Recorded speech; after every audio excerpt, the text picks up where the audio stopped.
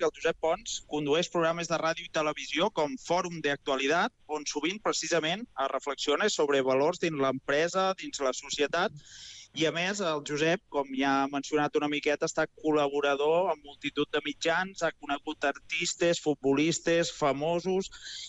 Quin personatge o personatges t'han impactat més al llarg de la teva trajectòria a nivell de valors? Allò que poguessis dir algun que et vingui ara al cap de dir, ostres, aquesta persona realment, al conèixer-la, dic, aquí hi ha fons. Què ens podries dir, Josep?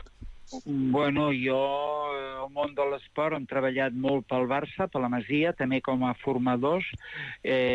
Jo, francament, aquesta pregunta que em fas, Josep Àngel, em ve l'imatge immediata del Puyol, del Carles Puyol, sense dubte. Sí. És entrega, és honestedat, és generositat. Sabeu que va renunciar